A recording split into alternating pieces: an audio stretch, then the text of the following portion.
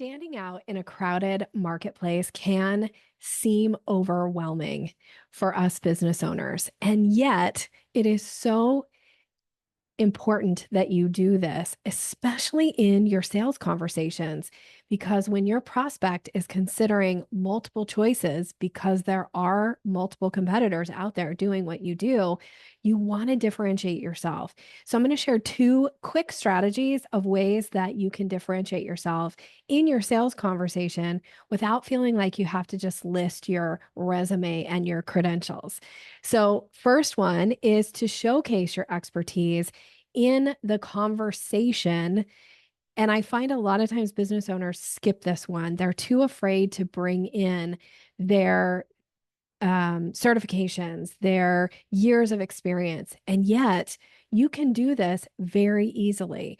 And one way, for instance, you might say, this is a sample language suggestion for you. When I was going through my board certification, I discovered X, and now I use this knowledge and show my clients how to achieve whatever the specific result is. This is a way to differentiate yourself and say, without having to say, like, well, I'm board certified, or I have this expertise, or my background in neurolinguistic programming. Like, you can do this very easily. So don't be afraid to bring this in as a way to differentiate yourself in a crowded marketplace. And the second way to do this is share your contrarian opinions and views for what your competitors are all saying. They might have something that they're constantly talking about that you have a different opinion about, or you have a different take on.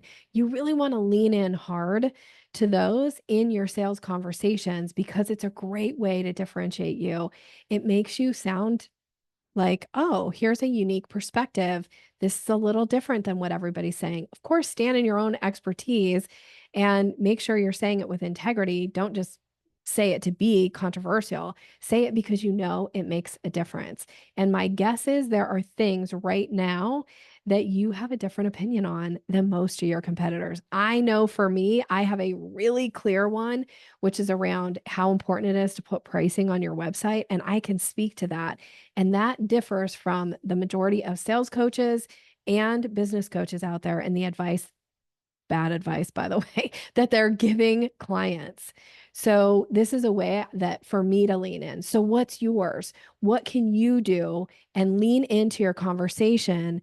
So, you might say, an example language suggestion might be, most business coaches might advise you to not put pricing on your website, and they're doing that because they think about what's in your best interest.